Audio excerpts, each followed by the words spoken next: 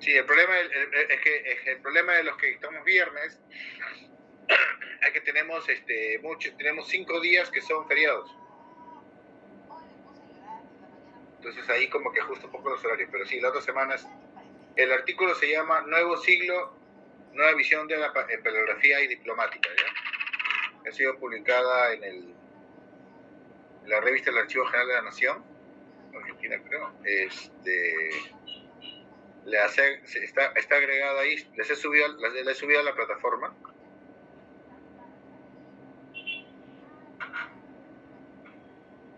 Por favor, si alguien puede, me confirma si está. En todo caso, si no, se lo puedo alcanzar vía WhatsApp. Está en el foro ya.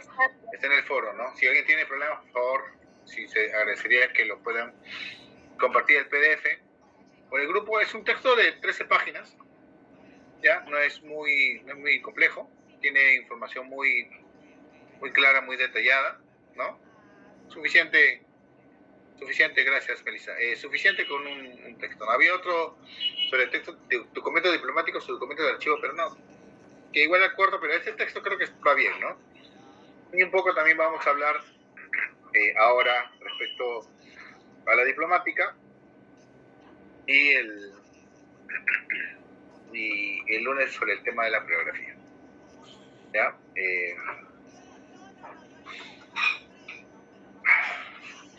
Bueno. Agradezco su deferencia y me disculpa por el estado de salud, ¿no? Voy a pasar lentamente la lista. ¿Ya? Aguirre. Profesor presidente, buenas noches. Un ratito.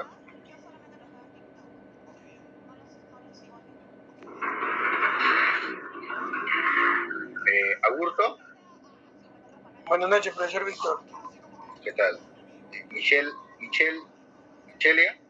Presente, profesor. Buenas noches. Ángeles. Presente, profesor. Buenas noches. Aparicio.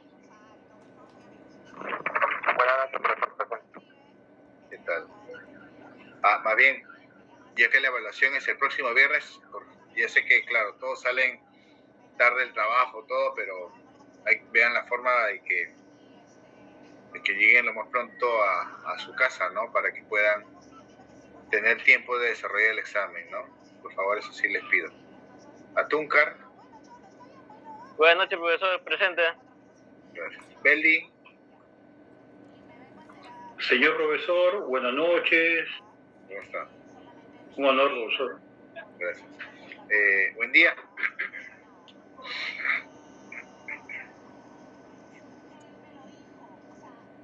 Buen día, ¿está? Buen día, profesor, presente. Buenas noches. ¿Qué tal? Buen día, buenas noches, buen día. Ya. Manuel Calderón. Presente, profesor, buenas noches. ¿Qué tal? Roberto Calla. Profesor, buenas noches, presente. César Campos. Buenas noches, profesor, presente. Pedro Capristano. Dedicación. Buenas noches, profesor, presente. Miguel Córdoba. Buenas noches, profesor, presente. Espino. Buenas noches, profesor. Presente. Gutiérrez, perdón. Buenas noches, profesor. Presente. Guamaní. John Guamaní, todavía. Gladys Lescano. Buenas noches, profesor. Presente. Guamaní justo levantó la mano, gracias. Yael Mirano. Presente, profesor. Buenas noches.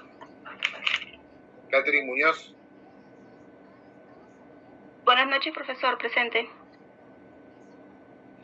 Juan Obando. Buenas noches, profesor, presente. Jonathan Pajuelo. Presente, profesor, buenas noches. Ana Paredes.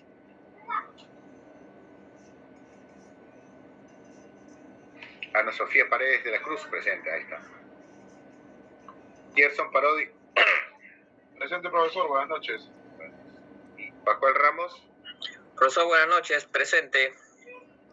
Jorge Sarmiento. Buenas noches, profesor. Presente. Luis Simón Collantes. Buenas noches, profesor. Presente. Gonzalo Suárez.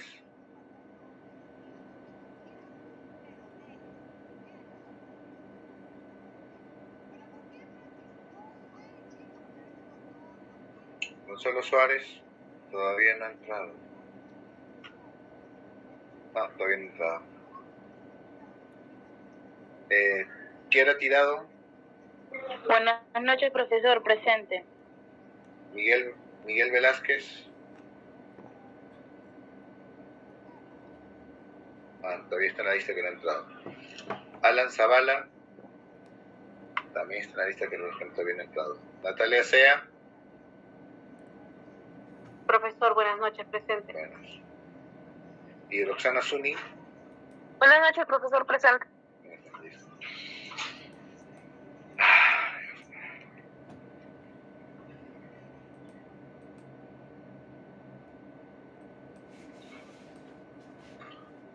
Tengo que ir en esto y luego lo guardo. Okay.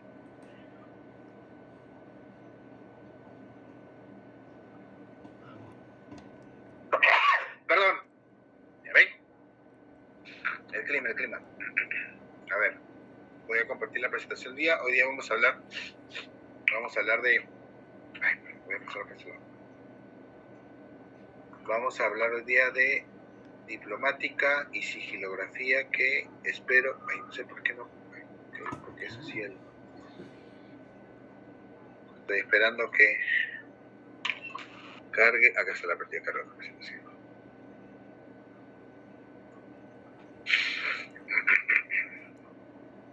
Disculpen, como digo, mi salud. Bueno, el día de hoy vamos a hablar sobre la diplomática y la sigilografía. Bueno, ya tengo entendido que ustedes han llevado diplomática, el curso de diplomática en la ENA. Falta que lleve el curso de paleografía. Profesor, estamos llevando, señor profesor. ¿Ah? Estamos llevando, señor profesor. Están llevando diplomática. Ya, perfecto. Señor profesor. Esto es un poco de manera general, ¿no? Ya supongo que en el curso de diplomática llevarán ya cosas de detalle, ¿no? Entonces, a ver, como ya seguro han visto, ¿no? La diplomática se concibe como la ciencia del documento, ¿no? Realmente se considera así, ¿no? ¿Qué cosa es lo que hace la diplomática? Bueno, la diplomática más que es algo que ha evolucionado con el tiempo, ¿no? O sea, como hemos visto en varias cosas que van evolucionando con el tiempo, porque cada vez se vuelve más especializado, ¿no? Una disciplina, una técnica, se vuelve más especializado, ya casi llega a ser una ciencia, ¿no? Por eso se le llama a la diplomática la ciencia del documento, ¿no? Porque es la que analiza críticamente el documento. Hemos visto la clase pasada, perdón, sobre el tema de las críticas a las fuentes, ¿no? O sea, la diplomática ve la forma, el origen, de dónde viene, cómo evolucionó el documento, cómo se conserva, la forma de la escritura, el uso del lenguaje. El formulismo, me estoy refiriendo a que en ciertos documentos hay una determinada forma de escribirlos. Y es igual como actualmente utilizamos ciertos documentos comerciales, ¿no? Como el oficio, la carta, ¿no? Que tienen ciertas fórmulas, ¿no? Preestablecidas. Eso es lo que estudia la diplomática. Utilizando a su vez otras disciplinas, ¿no? En este caso, para la escritura, utiliza la paleografía, por ejemplo, o la sigilografía, como visto, ¿no? O la heráldica, dependiendo, ¿no? El tipo de documento. Entonces, pero todo esto, ¿cuál es el objetivo de todo esto? Es demostrar la veracidad de un documento. Ya hemos visto en la clase pasada el expediente de la obra. ¿Se acuerdan de quién era?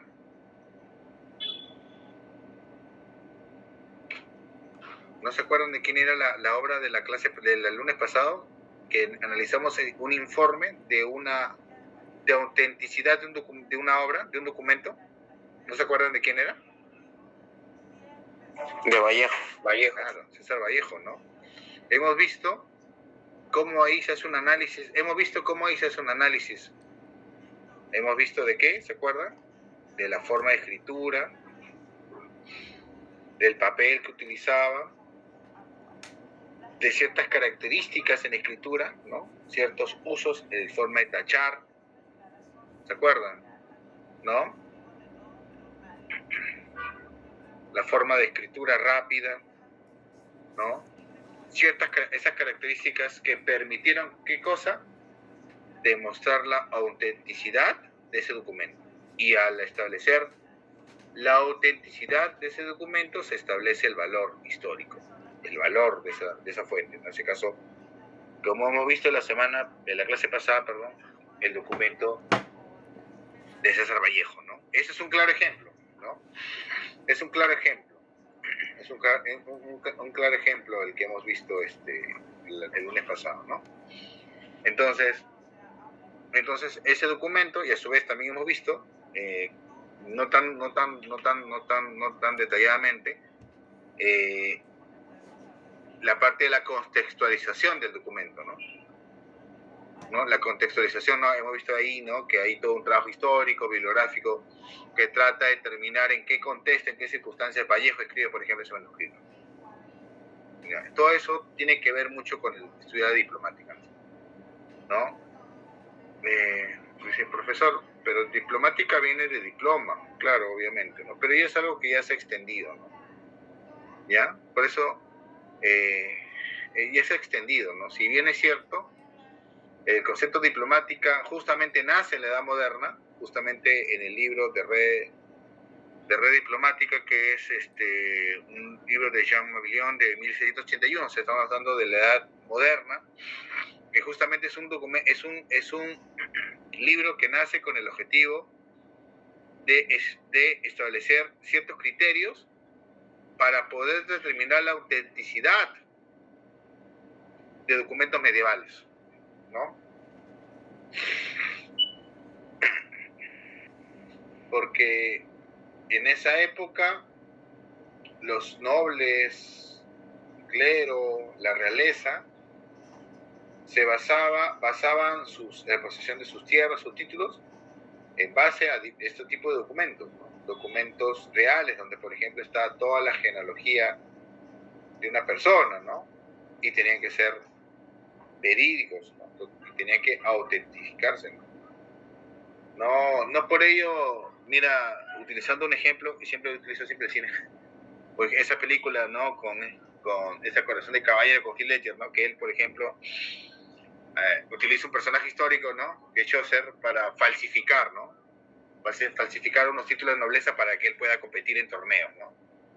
Entonces, ese tipo de documentos en sí existen, ¿no? O sea, que demuestran linajes, ¿no? Noblezas, posesiones de tierras, ¿no? Por ejemplo, ¿no? Entonces, hay disputas, ¿no? Hay disputas siempre por el tema de las sucesiones, quién es quién, o quién sucede a tal, quién tiene el linaje. Entonces, eso dio origen justamente a trabajos como el de Mabillon para poder establecer qué criterios deben haber para que un documento sea auténtico o no, ¿no? ¿Ya? Entonces, eso es claro, obviamente, para determinar la parte, bueno, pues histórica, jurídica, seguro, ¿no? Pero en la parte archivística, como hoy coloco, ¿no? Los archivistas utilizan la diplomática, obviamente, pues, como parte de su trabajo de clasificación y de conservación, ¿no? Conocer el material, conocer el significado, conocer qué tipo de documento es, obviamente permite a una persona, un archivero, un archivista en este caso, que pueda clasificar adecuadamente un conjunto de documentos, ¿no? Y obviamente también el tema de la conservación, porque tienes que conocer el tipo de documento, eso se lo he dicho varias veces, ¿no? No vas a tratar un documento de piel igual que un documento de papel, ¿no? Un documento de papel del siglo XXI a un papel tipo papel del siglo XIX. Pues esas cosas ustedes tienen que saber, ¿no? ¿Ya? Y bueno, como digo, a raíz de la obra de Mabillon, se trataba de documentos de la Edad Media, ¿no? Y justamente diplomática viene de diploma, ¿no? Que era un documento que era doblado en dos, ¿no? Que utilizaban pues los emisarios, ¿no? O lo que se llamaban pues los diplomáticos, ¿no? De ahí viene el término, ¿no? Eso ya seguro el profesor de diplomática lo ha explicado con detalle, ¿no? Entonces, en un momento estaba restringido a los documentos medievales. Sin embargo, como he dicho, y lo van a ver en la lectura que les he dejado, esa sí se va a evolucionar, ¿no? Y va a ampliarse a todo el tema medieval, ¿no? ¿Sí, no? Va a ampliarse a toda una serie de documentos, ¿no? Que van a aparecer a lo largo del tiempo, ¿no? O sea, a lo largo de la historia van a aparecer muchos documentos apócrifos, ¿no? Muchos documentos falsos, falsificados, ¿no? Entonces, ahí está la persona que justamente estudia la diplomática que permite determinar o no la falsedad de un documento, ¿no? Por ejemplo, acá les tengo un ejemplo muy bonito que he encontrado, ¿no? A ver si carga bien. Ahí está. Por ejemplo, aquí he encontrado un ejemplo de un diploma medieval, ¿no? Justamente. ¿No? Un diploma medieval que está en el archivo de Noruega, ¿ya? Ya, las cartas Musavik. Profe, ¿por qué cartas? Si solamente hay un documento, ¿ya? Miren, este documento, este diploma, ven ustedes la extensión, es un documento de 63 centímetros de ancho, que data de 1407, ¿ya? ¿Qué cosa tiene este documento? Este documento, ustedes ven un texto, ahí se ve un texto corrido, ¿no? Como un texto corrido, ¿no? Parece como si hubiera sido escrito por una mano, que fuera escrito por varias manos, ¿no? Pero ustedes ven de manera corrida. Ese documento es la transcripción de 6 cartas, ¿no? Que fueron escritas entre 1403 y 1405. O sea, son 6 cartas que fueron transcritas en un solo documento, ¿no? ¿Y por qué se llama Husavik? Porque Husavik es el lugar donde vivía una persona, una mujer, que se llamaba Gorun, yo no sé, nórdico, disculpen, Jurardotir, ¿no? Algo así, ¿no? La cosa es que esta mujer era una mujer muy rica, era una de las mujeres más ricas de las Islas Feroe. ¿Ya? Las Islas Feroe son un conjunto de islas que está al norte de las Islas Británicas, ¿no? Entre Escocia e Islandia, ¿no? Hay seguro por ahí, alguno tiene un mapa, puede corroborar eso. El conjunto de islas, ¿no? Que pertenece pues al reino británico, ¿no? Actualmente, ¿no? Pero en esa época era parte del reino noruego, ¿no? Entonces, esta mujer muere sin descendencia, ya, entonces todo el tema de las propiedades, escrituras, son transcritas a este documento, ¿no? Este documento fue transcrito, o sea, la señora vivía en Husavik, ¿no? Pero estos documentos fueron transcritos en Tórshavn, ¿no? Que es la capital de Islas Feroe, ¿no? ¿En qué idioma están escritos? Están escritos en feroés, ¿no? O sea, en el idioma de las Islas Feroe, ¿no? Por ejemplo. Ya después, según lo que estaba leyendo, el documento ha habido anotaciones, no sé si en la parte ustedes ven hacia un costado, ven que hay unas anotaciones al margen, que justamente ya es alguien que posteriormente señaló, ¿no?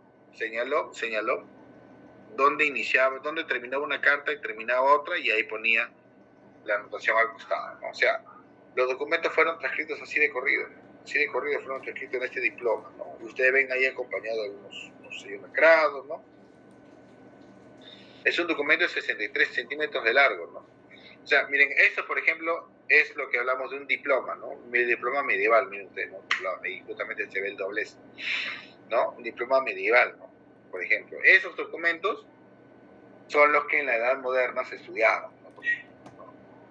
Y son los que son utilizados por la diplomática, ¿no? Por la diplomática. Entonces, una historia interesante, ¿no? Estos documentos de las cartas de Husavik, ¿no? Por ejemplo, que es un ejemplo, ¿no? Y así como este, hay muchos otros más, ¿no?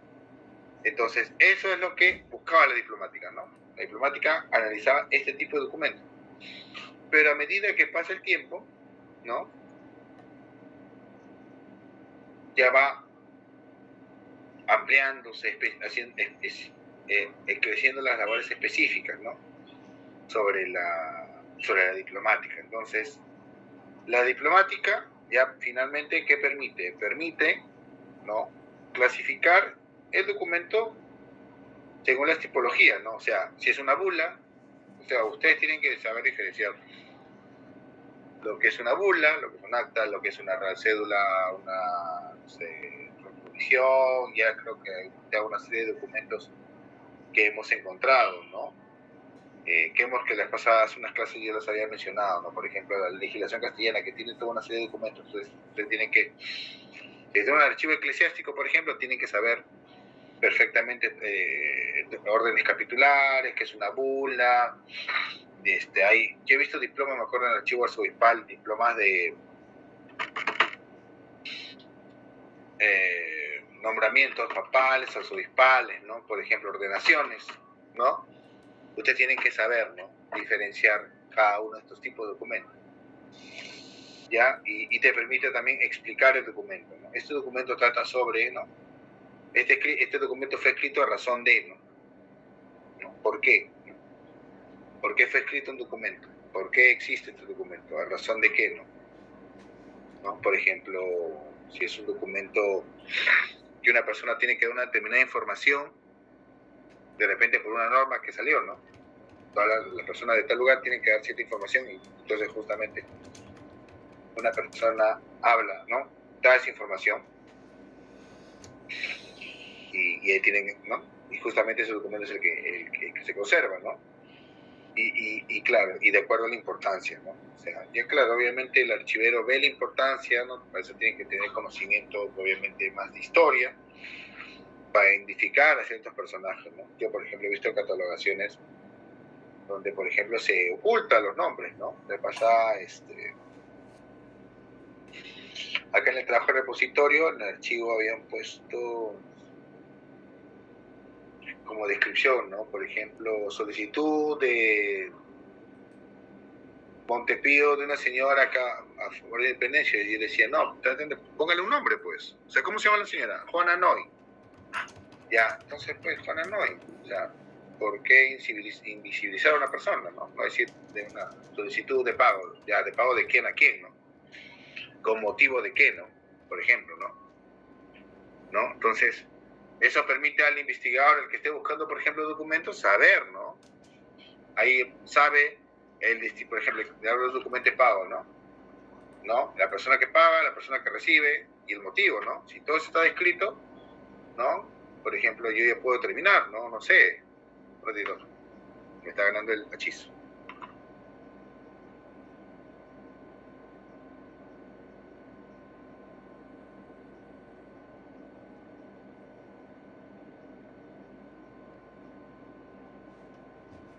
Ya, ahora sí. Por ejemplo, ¿no? Yo puedo ver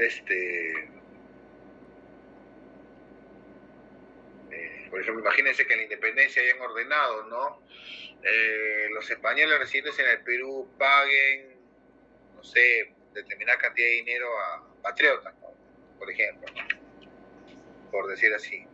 Entonces, ahí tú ves el documento, quién paga a quién, por qué y por qué motivo, ¿no? Dentro de ese marco de la norma.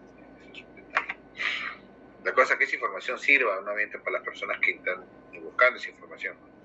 Finalmente, ustedes, ¿para qué archivan?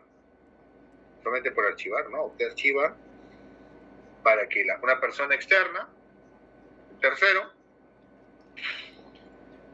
tenga la facilidad de encontrar la información que busca. Bueno, claro, eso es. En la parte administrativa será pues para buscar una información, por ejemplo, de un acto administrativo, ¿no? Y también para un acto histórico. Eso es básico y vital, ¿no? Entonces, ya la tercera es declarar, ¿no? O sea, la diplomática tiene como fines clasificar, explicar y luego declarar, ¿no? Tal documento es auténtico, ¿no? Si este es auténtico, este es original o este es una copia, una copia hecha el autor, de repente, ¿no? Algo así, ¿no? Por ejemplo, eso, ¿no? Y a veces puede haber eso, ¿no? Puede haber un documento que sea perdido, pero hay una copia, y el documento señala, este es un documento, es una copia fiel de, ¿no? Por ejemplo. Pero que puede ser verdad o no, ya es otra cosa, ¿no? Pero generalmente sí, no había, por ejemplo, los notarios no podían estar falsificando documentos, ¿no? Porque finalmente, actuar de mala fe era contraproducente por un escribano, por ejemplo. Ya, entonces, bueno, ¿qué tipo de diplomas se pueden hallar, no? O sea, los auténticos, obviamente, ¿no? O sea, es decir, como el de Vallejo, ¿no? Corresponde a la época y corresponde al autor que se sube, ¿no? Si esto, ¿se acuerdan? Fue escrito por Vallejo en determinado momento y entonces, ¿no? Es auténtico, ¿no? Corresponde a la época, ¿no? Hemos visto ya el análisis del mes pasado, ¿no? Los documentos apócrifos, ¿no? O falsos, ¿no? Que no corresponde. Eso es totalmente falso, ¿no? No confundir con evangelios apócrifos, que eso es otra cosa, ¿no? Eso es otra cosa. Totalmente. Usa el concepto apócrifo, pero debería ser más no canónico. Ya, pero acá, por ejemplo, ya acá justamente les estoy mostrando un documento falso, pues, ¿no? Por ejemplo, justamente ahora investigando, me doy con que en Paraguay, un arquitecto, una persona ajena a la historia, dijo de que de Brasil habían encontrado una memoria, ¿no? Una memoria de Francisco Solano López, ¿no? Profesor, ¿quién fue Francisco Solano López? Francisco Solano López fue el presidente paraguayo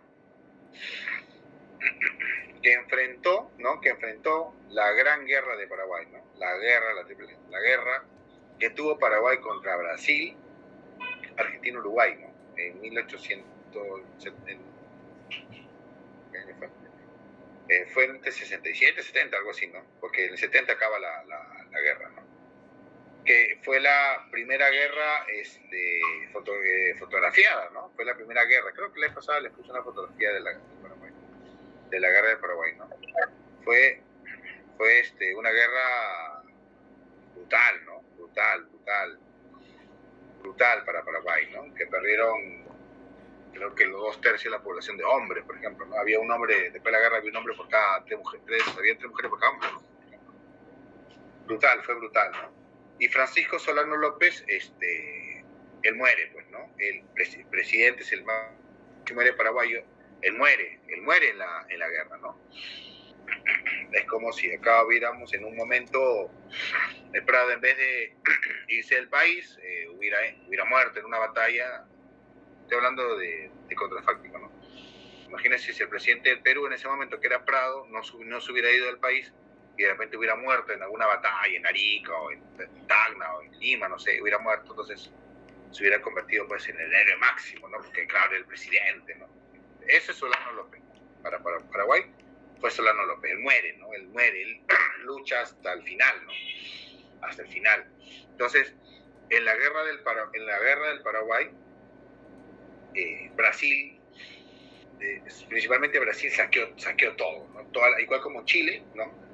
Acá saqueó, pero hasta peor, saqueo, el de Mandarín fue peor, ¿no? Ya después hubo unas políticas de devolución de tesoros de parte de Uruguay, de parte de Argentina, ¿no? De Brasil menos, ¿no?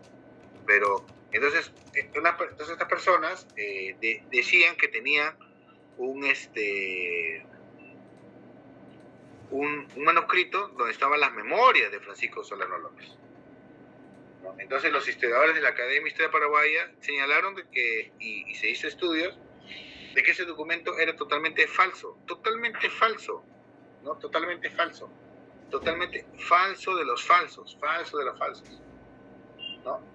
Y yo al ver la foto dije, al toque, yo en una. Ustedes ven la fotografía que está ahí, ese documento no es del siglo XIX, para nada el documento del siglo XIX. El papel no corresponde a un documento del siglo XIX. No corresponde, ni el papel y la letra menos, ¿no? Esa letra menos, ¿no? Menos. ¿no? Pero estas personas que tienen este documento apócrifo, políticamente buscan, pues, ¿no? Incorporar algo de archivo, ¿no? Por ejemplo. Y esos casos se dan.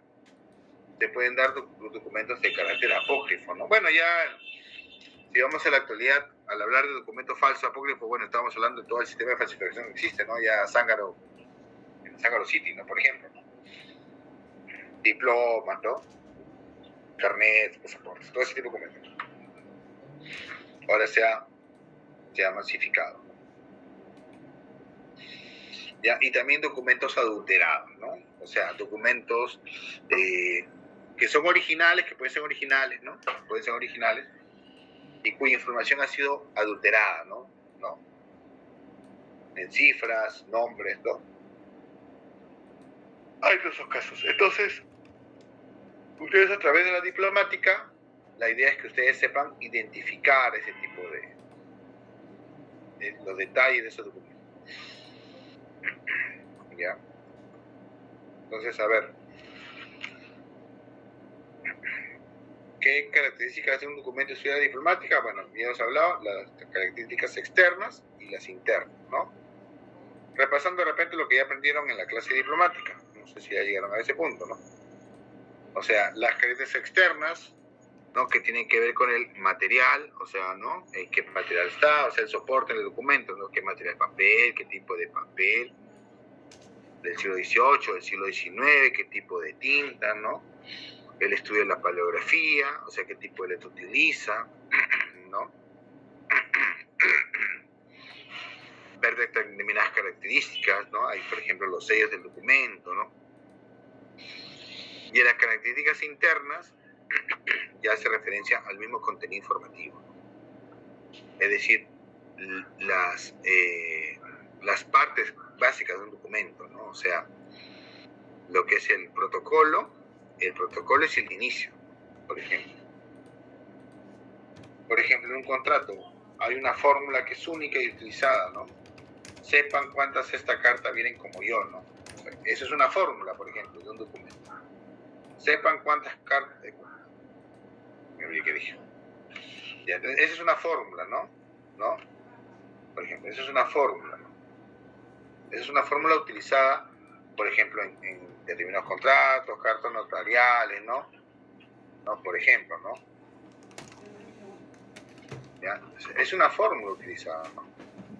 Es una fórmula, ¿no? Esa es una fórmula. Y entonces, claro, ¿se me acuerda esta carta vienen como yo, no? ¿Sepan cuándo esta carta vienen como yo, no? Y dice mi nombre, ¿no? Sepan cuándo esta carta vienen como yo, Víctor Arrambide, ¿no? Vecino de la ciudad de Lima, ¿no? Hijo de tal y tal, y ahí hizo su cargo, ¿no? Alcalde mayor de la ciudad de Lima, vizconde de tal o tal, ¿no? Entonces, esto, ¿no? Esa es la presentación, ¿no? Lo se llama el protocolo, ¿no? Ante tal, digo, ¿no? Entonces, luego viene el tema del cuerpo, ¿no? Justamente está distinguido, ¿no? Hay la parte del protocolo, que es la parte inicial, ¿no? La parte del cuerpo, que es la parte ya donde cuenta el motivo, el porqué del documento, ¿no? Y está toda una serie de detalles y datos, y luego el protocolo, que es la parte final, ¿no? La parte final, el cierre del documento, con las fórmulas, con las firmas, ¿no? Pero las fórmulas, ¿no? O sea, los documentos tienen ciertas fórmulas, ¿no? Los contratos, cartas, presentaciones, todos tienen ciertas fórmulas. Así es como la gente escribe, es como ahora, ¿no? Que nos enseñan de chicos las normas para documentos, ¿no? Ay, disculpen que... Ay, y también me metí una pepa, creo que está haciendo efecto. A ver, así, bueno. Entonces, más o menos, grosso modo, hemos visto lo que es la diplomática, grosso modo. Ya seguro ustedes del curso que están llevando ya están viendo con mayor detalle, ¿no? Pero una cosa, y es relacionada con lo que van a leer en la lectura, en un inicio, pues, la diplomática estaba restringida al estudio de documentos medievales y explicado algún tipo de documento para que servía. pero eso ya fue cambiando, ¿no? A medida que la disciplina se especializa, ¿no? Y aparecen más documentos, ¿no? Entonces, y parte de estos documentos son los sellos, ¿no? Los sellos que utilizan los documentos para darle cierta valor oficial, ¿no? Eso también va a ser un elemento importante en la definición de un documento a dónde pertenece, ¿no? Entonces, para eso existe la sigilografía, ¿no? Que es la disciplina que estudia los sellos. Chicos, denme un segundito, por favor, porque creo que la pastilla que me tomo hoy es un defecto, ¿ya? Y la verdad, como ha sido unos días bien, he empezado, la verdad, como recién hoy día vine de Ayacucho y tenía que llegar a las 8:30, terminé llegando a las 12 porque el vuelo se retrasó. Ya, permítame un segundito nada más, una pausita de un minutito. Gracias. Dele, profe, dele.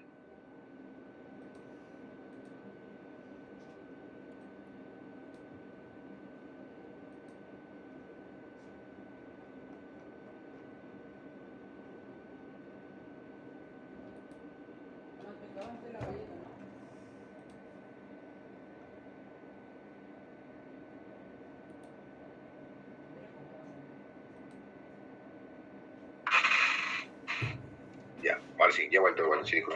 Ay, sí, que el monopolio de LAN, también que tenía que salir de Ayacucho a las 7:40 y terminamos saliendo como a las 11:30, casi 4, no me acuerdo. No, 10:15 creo. En fin, caminito para la garganta. Pero igual, siempre es un día de Ayacucho. Entonces, y usted lo hemos visto también acá en el diploma, en las cartas, ¿no? En las cartas de Husavik.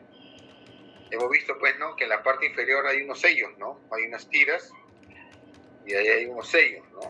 Que dan validez a ese documento, ¿no? Por ejemplo, qué característica hay, no sé si por ahí de repente algunos han visto estos tipos de sellos, ¿no?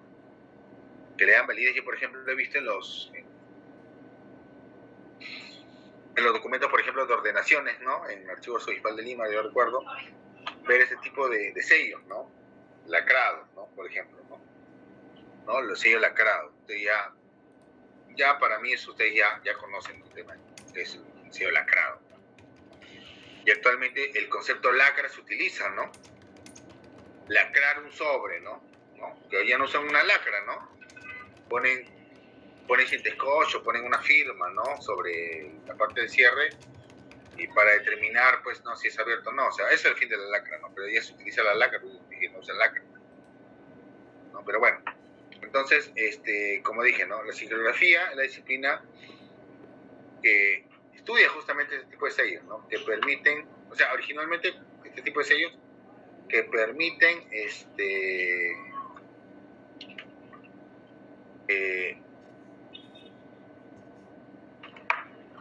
se utilizan, pues, para cerrar los pliegos, ¿no? O sea, cierran el documento para dar ese grado de confidencialidad y obviamente de que es un documento importante, ¿no?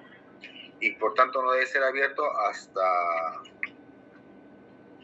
que lo lea su destinatario, ¿no?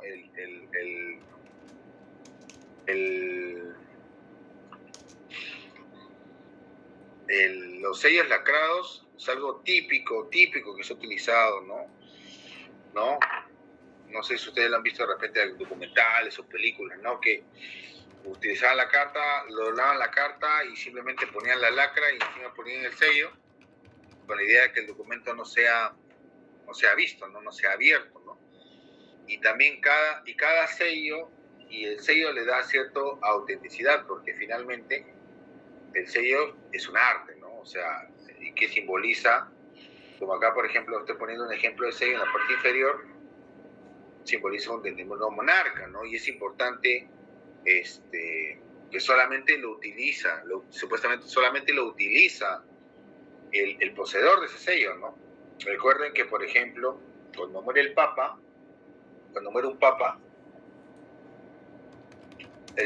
una de las primeras cosas que hacen es romper el anillo, ¿no? Papal, donde está el sello, por ejemplo, ¿no?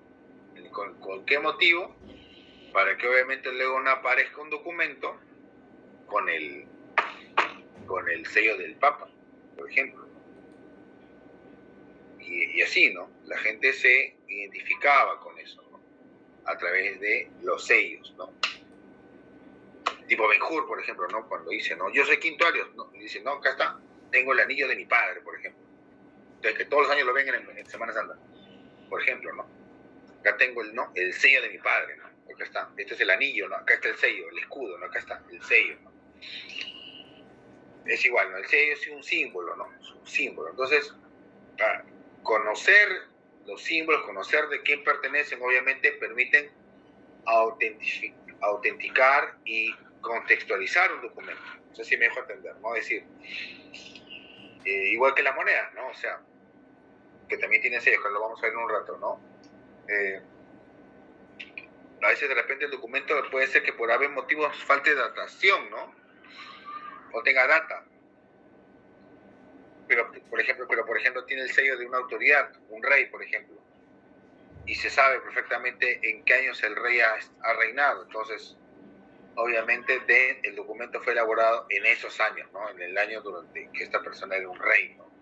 Porque está el sello lacrado. Entonces, bueno, la lacra es el principal elemento, ¿no? La cera, luego vamos a ver el tema del papel, ¿no? Y otros elementos que permiten, pues, hacer los símbolos, ¿no? El uso del sello. Lo importante es que los sellos lacrados, más que todo, se van difundiendo en la Europa medieval, ¿no? O sea, a medida que va... Ustedes recuerdan, debemos hablar del tema de la Edad Media, ¿no?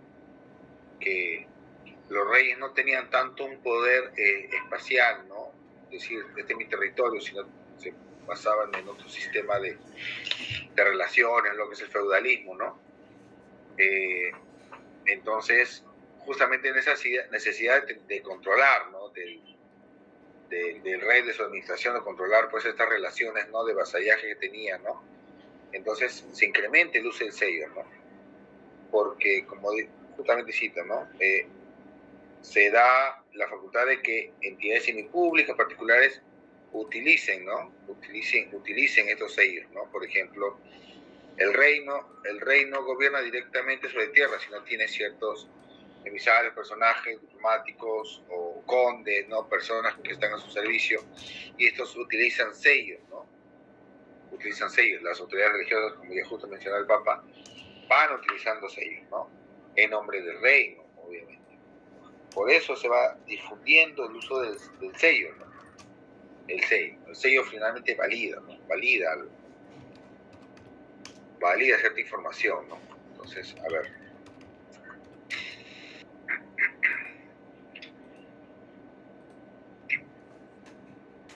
Entonces, bueno, ese es el sello, como acá mencioné, ese es el sello que se usa principalmente en la Edad Media, ¿no? Que tiene ciertas características, ¿no? Por ejemplo, acá vemos, creo que este es Alfonso XI, ¿no? Que Alfonso era, por ejemplo. Acá vemos un sello real, ¿no? Que vemos justamente al rey, ¿no? Sentado en su trono, ¿no? Con un lado con un cetro, por el otro tiene, como siempre, con la cabeza, ¿no? Este es lo que tiene, ¿no?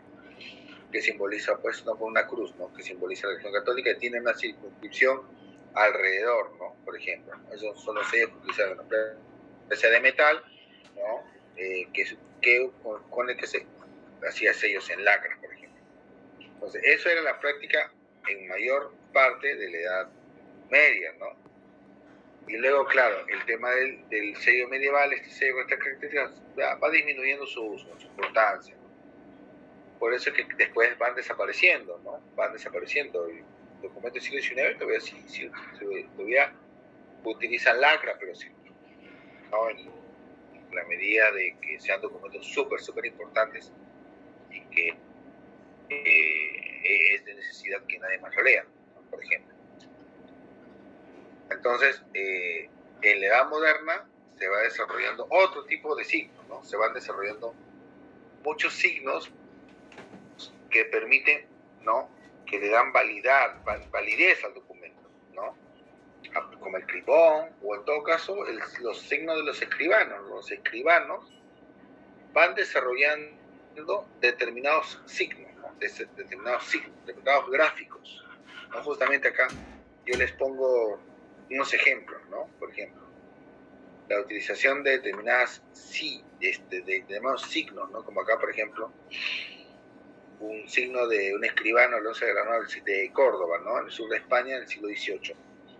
O este tipo de cierres en documentos, ¿no? Por ejemplo, este es un formulismo, ¿no? Este es un formulismo al final de las escrituras, por ejemplo. Este es un formulismo, ¿no? Por ejemplo, ahí dice, ¿no? ¿Qué dice ahí? ¿Llevaron poligrafía o todavía no? Todavía no. Profesor, no, recién el próximo ciclo. Ya, pero ¿alguien se atreve? ¿Qué es lo que hice acá? Voy a ampliarlo.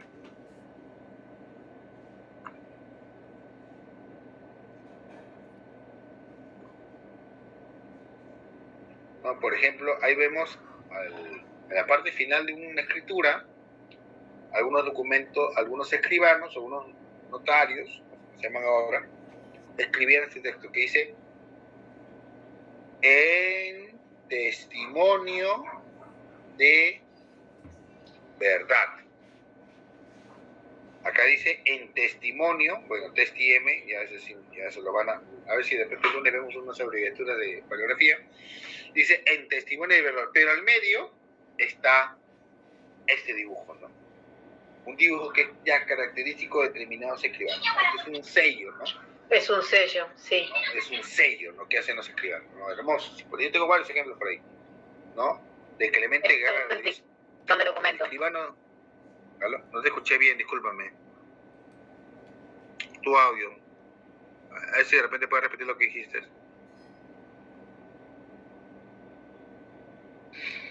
No escucho. Bueno, acá dice, ¿no? Ya va, testimonio de verdad de Clemente, ¿no? Del señor Clemente Guerrero, ¿no? Y abajo dice escribano público, ¿no? Del tribunal, me parece que dice, ¿no? No sé muy de fondo, pero parece el tribunal, ¿no? Escribano público, ¿no? Ahí dice, en la parte inferior, escribano público. Y eso se aprende en paleografía, ¿no? Pero al final del documento aparecen este tipo de sellos, ¿ya?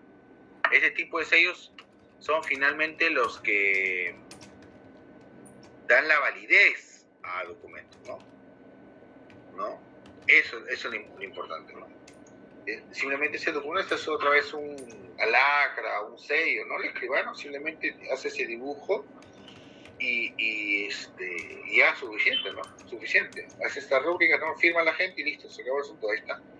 Da autenticidad al documento. Entonces, para otros, por ejemplo, en la transcripción, ¿no? Un escribano tenía, bueno, como eran los notarios, pues, ¿no? Obviamente, bueno, sabemos que obviamente ya existen notarios que se les puede romper la mano, eso lo sabemos, ¿no? Hay muchas historias que han aparecido, ¿no?, en la televisión, pero bueno, supuestamente un escribano trabaja pues con la verdad, ¿no? Es decir, si tiene que transcribir un documento, obviamente el documento tiene que transcribirse tanto íntegro al original, ¿no? No como ahora, pues ahora es fotocopia, pues, ¿no? Ahora es fotocopia, en los archivos existen los fedatarios, ¿no? Los fedatarios, ¿no? Que son las personas que dan validez a la fotocopia, ¿no? No, eso existe actualmente en las instituciones públicas, ¿no? El fedatario, ¿no? Antes todo era el notario, ¿no? Los notarios que existían, ¿no? Que daban fe, por ejemplo, al dar lo que se llamaba el testimonio, ¿no? El testimonio era una copia fiel, ¿no? A mano, o sea, una copia fiel, a mano, de un documento. Eso es un testimonio. No sé si alguno ha tenido la oportunidad de ver un protocolo notarial, ¿no? Y justamente cuando tú ves en una escritura, ¿no? En un protocolo notarial, tú ves en la escritura que al margen dice, se dio testimonio tal fecha, tal día. Entonces ahí, no, se dio testimonio tal, ¿no? Entonces ahí uno se da cuenta de que en determinadas épocas, ¿no? En determinado momento, a esa escritura se le hizo una copia, un calco a mano, pues se le escribió a mano, pues no había fotocopiadora, ¿no? A mano, en un momento, a mano, se hace una copia, ¿no? O sea, un llamado testimonio. Es un concepto que se utiliza hasta actualmente, ¿no? Una copia de una escritura, un documento, es un testimonio, ¿no? Que sirve para ser utilizado en determinadas circunstancias. Eso es hasta ahora. Entonces aparece ese tipo de sellos, ¿no? En las escrituras notariales, ¿no? Y aparte de eso, los sellos... Espera que me gana la chispa.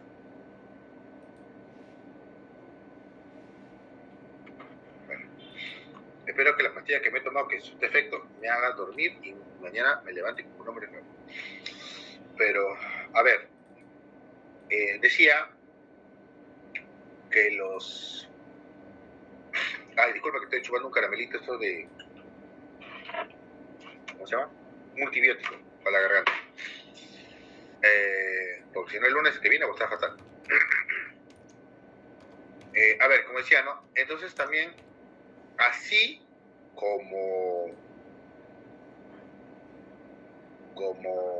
hemos visto que los notarios hacen este tipo de sellos, también el Estado, los organismos públicos también van a utilizar los sellos. Ahora, profesor, a ver, yo les hago una pregunta.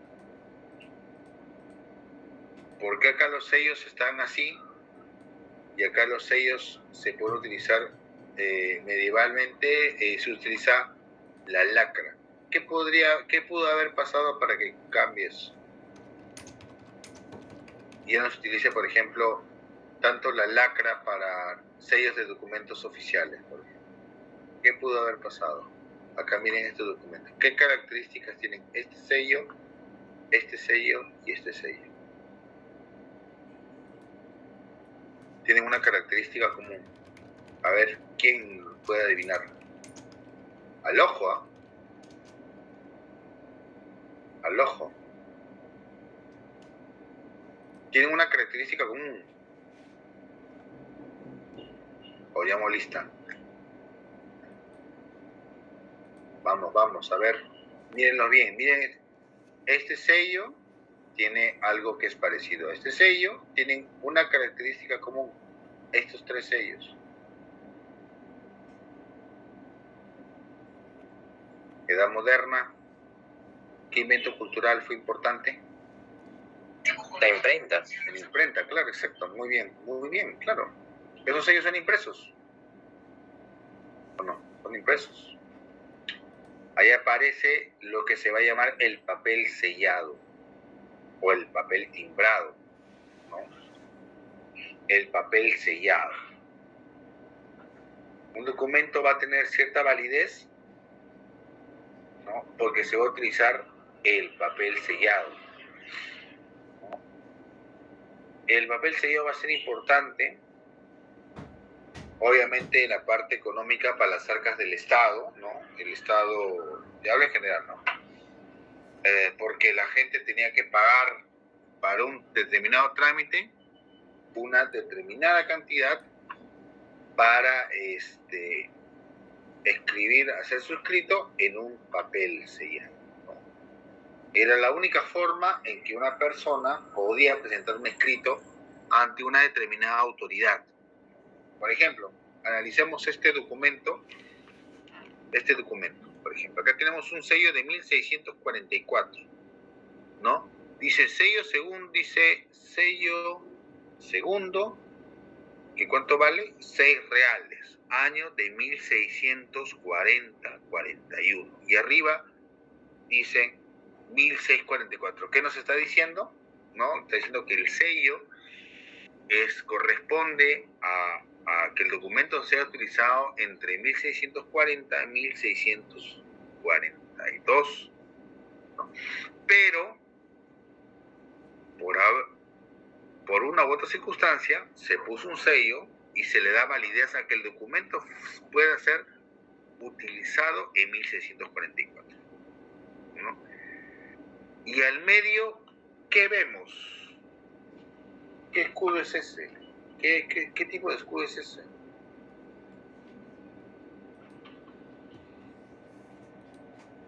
¿Qué tipo de escudo es ese? Ahí eso tiene que ver con la heráldica, ¿no?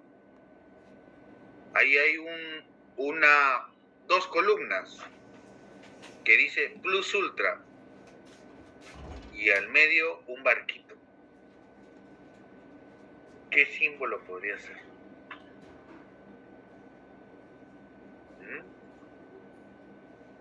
Un barquito, ahí hay un barquito. No, hay un barquito. Plus Ultra. Ese símbolo me parece conocido. ¿Alguien tiene alguna idea? 1644, profesor.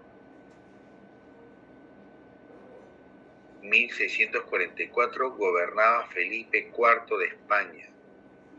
¿Y ese escudo qué cosa era? Ahí se ve Plus Ultra, las columnas de Gibraltar. Entonces, ¿qué lugar simboliza? Simboliza España. La corona, ¿no? Los reinos de Castilla, ¿no? Ahí se ve el castillo, ¿no? Por ejemplo, ya esa es heráldica, Ya, pero ahí, por ejemplo, me dice que ese documento es de España, por ejemplo, ¿no? O utilizado en los reinos de España, por así decirlo, ¿no? ¿No? Es muy interesante, ¿no? Nos da ese. Y el documento de abajo, ¿qué nos dice, no? Y dice, profesor, acá, a diferencia anterior, acá hay un montón de sellos por todos lados. ¿Qué pasó? Acá hay un montón de sellos. ¿Qué ha pasado? Bueno, eso tiene que ver con que en determinadas épocas, obviamente, cuando hay escasez de papel y sobra papel sellado, entonces se vuelve a reutilizar colocándose otro sello, ¿no? Ya ahí en este caso puede ser impreso no, o simplemente es un sello, ¿no? Porque ahí vemos que el sello original dice, no, arriba, que ese documento vale 2 reales, o sea, el documento sí, y el documento arriba es sello tercero, 2 reales, ¿no? Sí, que podía imprimirse. Generalmente a veces el papel timbrado se imprimía, ¿no? Se podía imprimir, por ejemplo, ¿no? Como esta parte de acá, ¿no?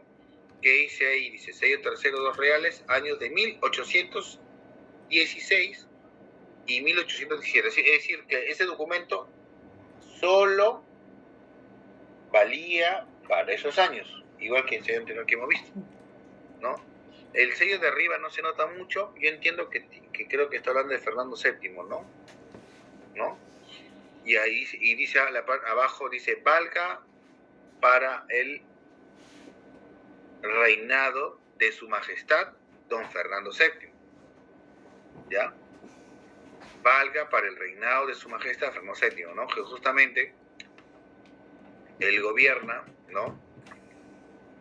Después de 1814 retorna al gobierno, ¿no? Y después ponemos de nuevo, hay un sello abajo y dice, ¿no? Sello tercero para 1822-1823. Profesor, ¿por qué pasó? Seguramente, México, porque creo que este es un documento de México, seguramente se acaba el papel. A veces se acaba el papel, ¿no? A veces se acaba el papel por un tema de guerra, ¿no? A veces pasa eso. Se acaba el papel, hay escasez de papel, en las guerras hay poca importación, ¿no? Se cierran los puertos, ¿no? Entonces,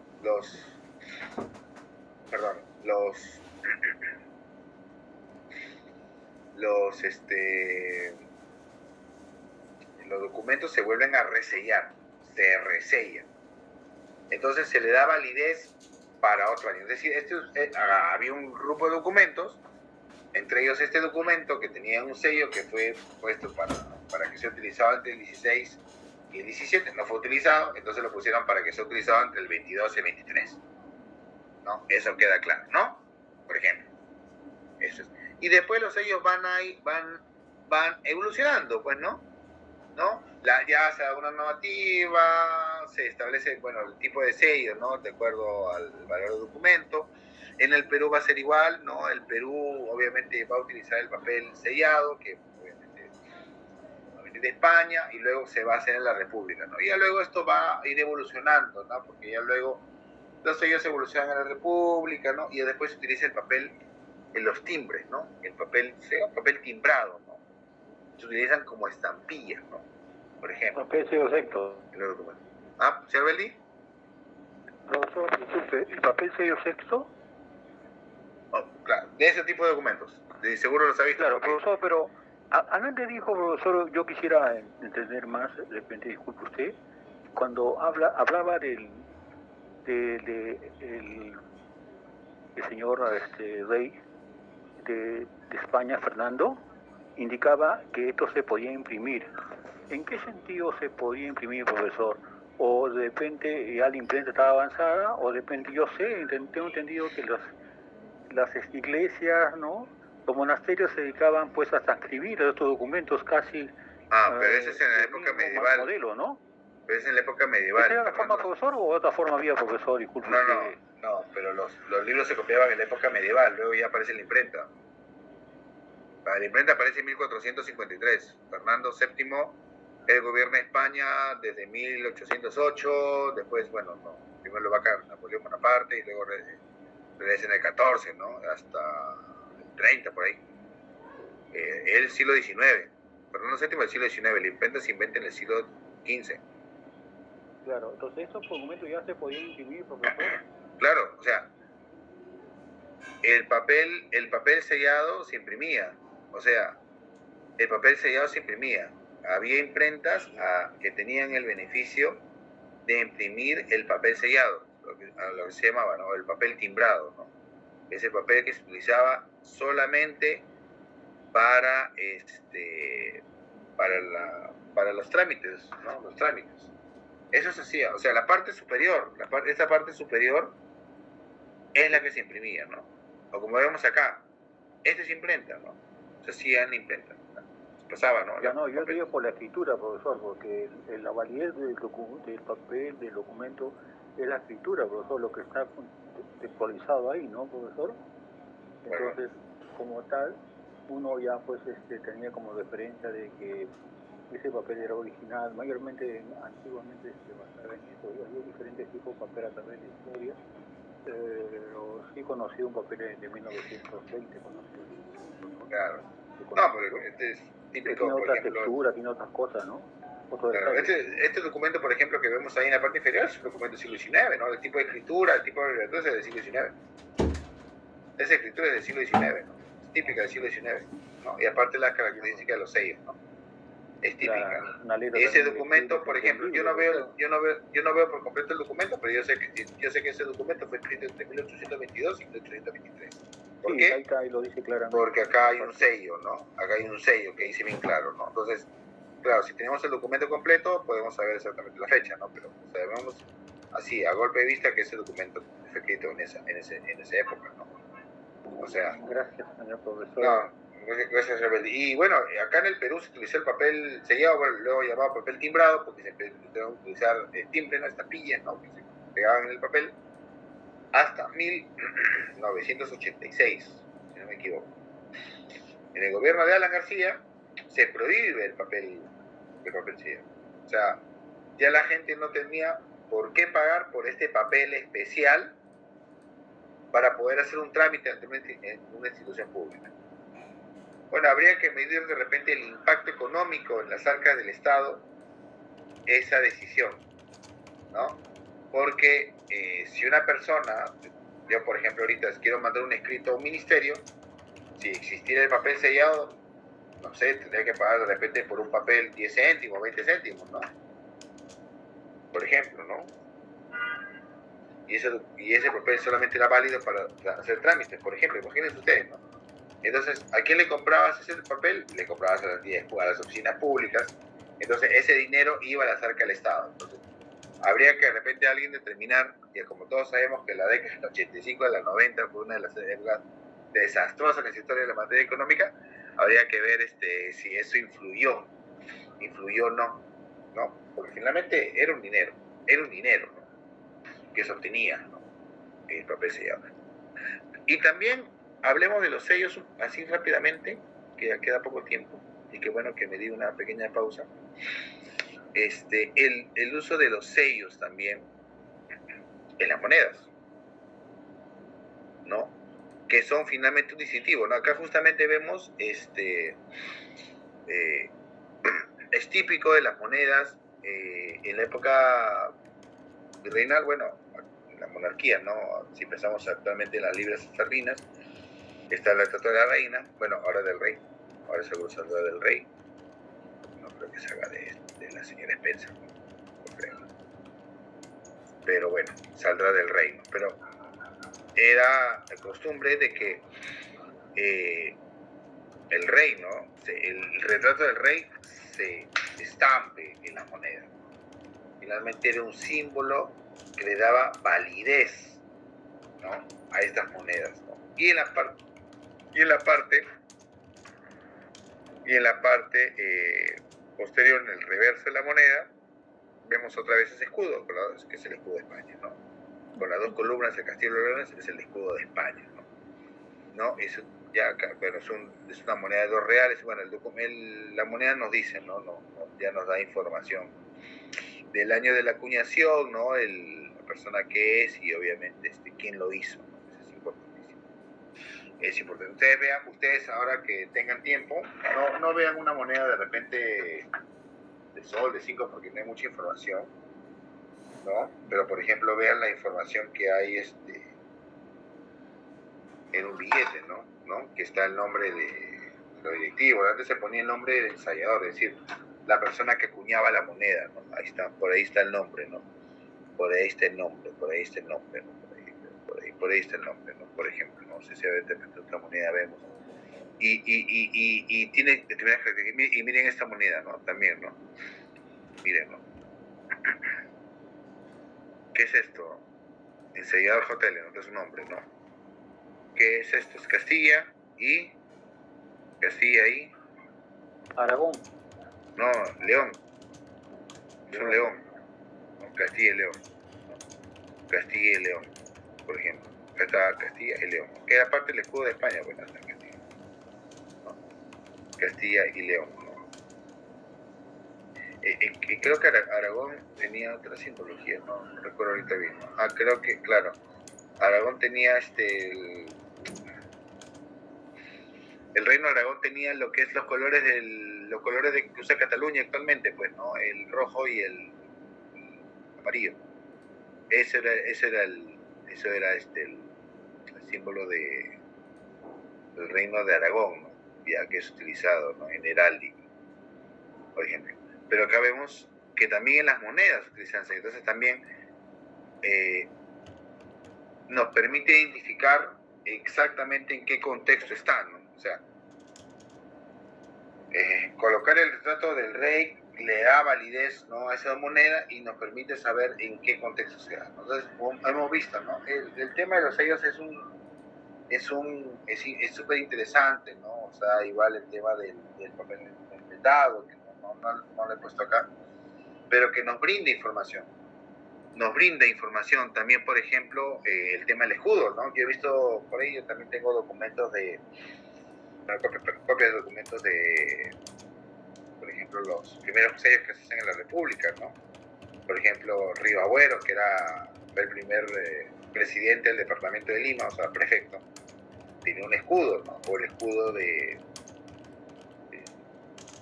protectorado tenía, pues, este sello, ¿no? Que quería San Martín, ¿no? Por ejemplo, ¿no? El escudo de San Martín, ¿no? Y después la utilización del escudo del Perú, ¿no? Que le da validez a los documentos del Estado, ¿no? Por ejemplo, ¿no? Entonces, grosso modo, y disculpen un poco la inmediatez y las pausas, hemos visto de manera general, ya la vez pasada, la hermenéutica, hemos visto un caso concreto, que es el documento de Vallejo, que justamente está utilizando todo lo que hemos hablado acá, ¿no? De cómo se analiza determinadas características para determinar la autenticidad o no de un documento, que eso lo va a hacer la diplomática, ¿no? Por ejemplo, hemos visto ese ejemplo muy práctico el lunes, pero también hay otros elementos que estudia pues, y que tiene que conocer un archivero, ¿no? El archivero tiene que conocer al detalle este tipo de cosas, ¿no? De elementos, y obviamente también tener conocimiento del tema de los sellos, ¿no? Para poder identificar, ¿no? Porque en una descripción documental ustedes tienen que identificar, pues, ¿no? Dices, ¿contiene sello de qué? Ya, y ese sello, el sello no tiene el nombre, el sello tiene un símbolo, y ahí la idea es, claro, la idea es que ustedes tengan las herramientas para poder consultar, ¿no? Con libros especializados, ¿no? Porque obviamente hay libros de heráldica, por ejemplo, ¿no? De simbologías, que puedan describir, ¿no? Identificar, nos permita identificar, ¿no? Por ejemplo, en la descripción archivística, a quién pertenece el sello, ¿no? Y por qué motivo puede estar ahí. Ya, eso es otra cosa, ¿no? Por eso es importante, ¿no? Es conocer ese tipo de detalles para el trabajo archivístico, obviamente, ¿no? Y vamos a continuar luego el lunes con una de las herramientas principales de la archivística y de la historia, que es la paleografía, ¿no? Que eso es algo básico que van a tener que aprender, sí o sí, así que deseo muchos éxitos, la verdad. Las letras son fáciles, pero hay unas letras que son bien difíciles, te toma más trabajo leer, ¿no? Pero todo es práctica, no sé si tienen alguna duda o consulta, jóvenes, con respecto a la clase. Por favor, traten de leer la lectura, tómense su tiempo, no es una lectura muy extensa. Son 13 páginas, pero he visto que por lo menos 3 son de bibliografía, así que son cerca de 10 páginas, ¿no? Eso va a ser parte del examen, ¿no? Profesor, ¿sí? Una consulta. La evaluación del próximo viernes será la lectura y todos los temas que vimos hasta el día de hoy. Claro, los temas que hemos visto hasta el día de hoy, ¿no? Yo voy a hacer un pequeño evaluatorio, ¿no? Tienen que incluir las clases y la lectura, pues, ¿no? Obviamente. Sí, ¿y la evaluación será para desarrollar o solamente será para marcar a través del aula virtual? Voy a ver si puedo hacer un mix de ambas. Porque para marcar es fácil, pues, ¿no? Pero a ver si puedo hacer un mix. Voy a hacer, justo ahora, quería sentarme un rato para revisar en el aula virtual, ¿no? Para ver si me permite ese tipo de preguntas.